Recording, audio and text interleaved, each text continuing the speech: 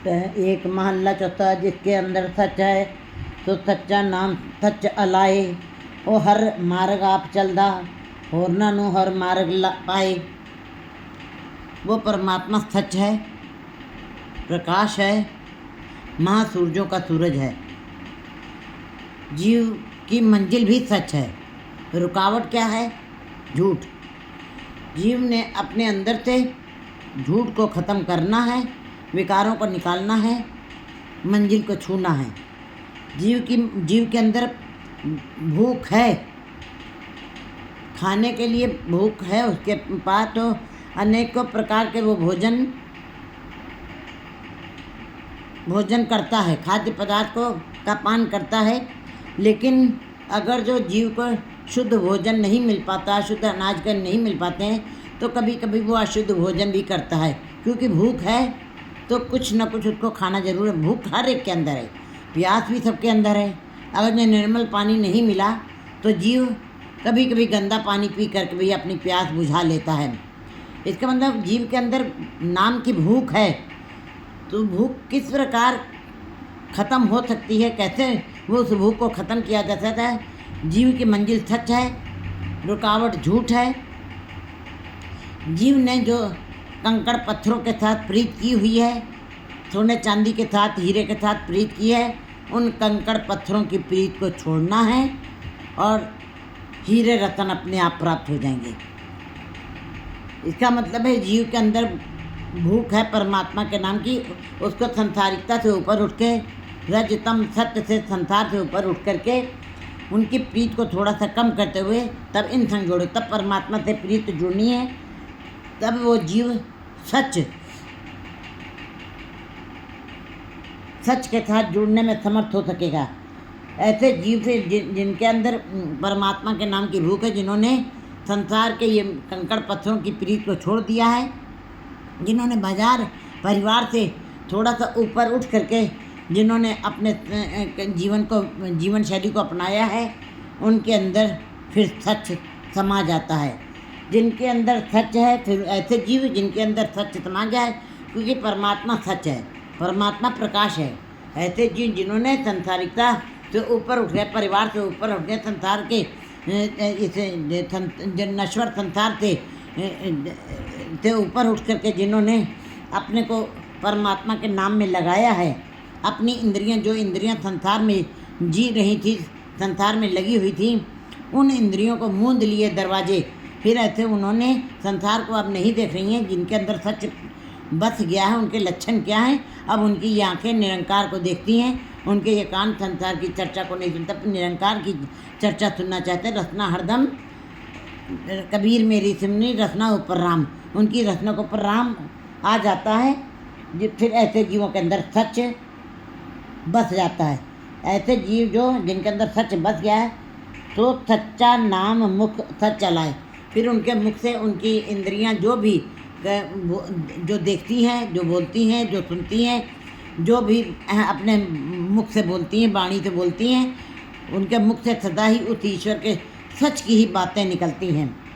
तो सच नाम मुख हलाए, अपने मुख से वो हर दम सच्चे नाम की ही बातें करता है। अब उनकी ये इंद्रियां निरंकार को देख रही हैं, निरंकार की चर्चा को सुन रही हैं, और रचना केवल राम के नाम को ही जप रही हैं। हाथ परमात्मा की सेवा में ही लगे हुए हैं, और पैर उस गुरु के दर तक ही पहुंच रहे हैं। ओ हर मार्ग आप चलदा, होरना नु हर मार्ग। ऐसे फिर जीव जिन्होंने उस अपने अंदर से कूड़ की दीवार को गिरा दिया है, झूठ की दीवार को गिरा दिया है, विकारों को ख़त्म किया है, सोने चांदी की प्रीत, कंकड़ पत्थर की प्रीत को तोड़ करके हीरे, परमात्मा के नाम के हीरे रत्नों को अपने अंदर ग्राह्य किया है, उनके अंदर जब सच बस गया है, फिर ऐसे जीव हरि मार्ग स्वयं चल रहे हैं, वे स्वयं आप जपो, अवरा नाम जपाओ। ऐसे जीव फिर दूसरों का स्वयं नाम जपते हैं और दूसरों को भी नाम जपने की प्रेरणा देते हैं। होरना नु हर मार्ग लाए और पारक पाए, और जो भी उनके सानिध्य में आते हैं उनको हरि की बातें ही सुना करके उनको हरि के मार्ग पर चलाने की कोशिश करते हैं। जे अग्गे तीरथ होए ता मल लहे, छप्पन नाते तगवी मल लाए। गुरु तीरथ है, कहते गुरु ऐसा तीरथ है, गुरु ऐसा दरियाव है, गुरु ऐसा सरोवर है जिसके अंदर स्नान करने से शब्द गुरु है। कहते जिसे जो शब्द गुरु सरोवर, गुरु रूपी सरोवर के अंदर स्नान करते हैं,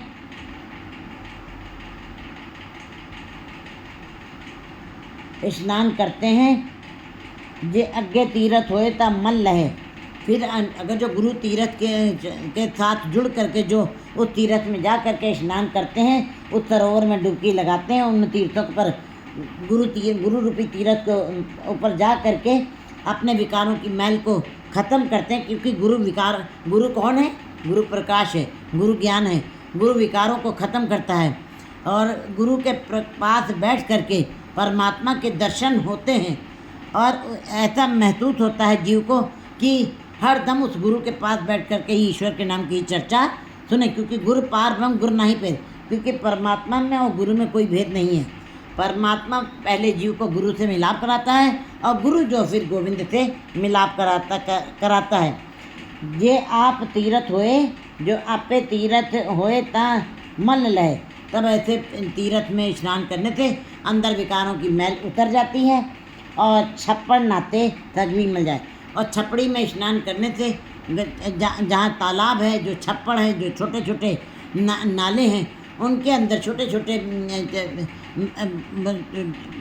तलैया बनी हुई हैं, उनके अंदर स्नान करने से कभी भी मैल नहीं उतर सकती। भाव संसार में जितने भी धार्मिक कर्म होते हैं, धार्मिक कर्म जप तप तीर्थ बाहर के जो कर्म करके हम लोग तीर्थ व्रत करते हैं, दान करते हैं, कहते हैं ये सब छोटी छोटी तलैया हैं, इनके अंदर स्नान कर तीर्थ व्रत और दान कर जीव आज हम देखते हैं अपनी आंखों से कि ज़्यादातर जीव जो हैं तीर्थों को पर जाते हैं, जप करते हैं, तप करते हैं, पुण्य करते हैं, दान करते हैं। और ये करते हुए जीव के अंदर कभी भी ईश्वर का नाम अंदर नहीं बता और दुगनी अहंकार की मैल चढ़ जाती है। जीव के अंदर ये अहंकार भाव बनता है कि मैं फलानी जगह 10 बार गया, मैं फलाने तीर्थ के ऊपर 10 बार गया। मल और ज़्यादा चढ़ जाती है ऐसे करने से। बाहरी साधनों से, बाहरी तलैया में, बाहरी धार्मिक कर्म करने वाले छोटे छोटे सरोवरों में स्नान करने से, धार्मिक छोटे छोटे कर्म करने से, दान पुण्य करने से कभी भी अंदर की मैल कभी नहीं उतर सकती और उसकी कीचड़ अपने सिर के ऊपर पड़ता है। जैसे कि कहते तीर्थ व्रत दान कर मन में धरे गुमान, अहंकार की मैल और चढ़ गई। जो कहते हैं नानक निपल जाते जो कुंचर स्नान, उनका भी इस प्रकार ये का स्नान किया। तलैया बाहर के छोटे छोटे छप्पड़ों में, धार्मिक छप्पड़ों में स्नान करने का थे अपने ऊपर कीचड़ ही पड़ता है। जैसे कि हाथी अंदर से स्नान करके आता, अपने सूंड में मैल लेके आता, मिट्टी लेके आता और फूकता टक्के फूक के खे उड़ावे, बस उसके ऊपर फिर मिट्टी पड़ जाती है। इसी प्रकार ऐसे जीव जो बाहर के छोटे छोटे धार्मिक कर्म कांडों को करते हुए, धार्मिक तलैयों में कर्म करते हुए उन छपड़ियों में स्नान करना करके परमात्मा को पाने चाहते हैं, गुरु जी कहते नहीं, ऐसे जीवों के ऊपर और मल चढ़ जाती है, ज़्यादा दुगनी मल चढ़ जाती है। क्योंकि एक तो अहंकार का भाव बनता है कि मैं फलानी जगह 10 बार गया, मैं फलानी जगह 10 बार हो गया, मैंने 100 बार स्नान किया है उस सरोवर में। तो अहंकार कहते हैं, अहंकार फिर अहंकार के भाव से जो भी कर्म किया हुआ, धार्मिक कर्म जब तब पला, वो सारा किए हुए कर्म, किए हुए पुण्य दान को भी ख़त्म कर देता है। जैसे कि हाथी स्नान करके आया भी है और अपनी सूंड से मिट्टी धूल अपने ऊपर फिर डाल ली है। इसी प्रकार जीव जो बाहरी धार्मिक कर्म कांडों में, तलैयों में स्नान करके अपने विकारों को दूर करना चाहता है, दुगनी मल उनके पर विकारों की मैल और चढ़ जाती है। तीरथ पूरा सदगुरु, पूरा तीरथ जो है गुरु है, गुरु तीरथ दरियाव, गुरु ही तीरथ, गुरु सरोवर है। गुरु शब्द रूपी गुरु के अंदर ही, सरोवर के अंदर ही डुबकी लगानी चाहिए।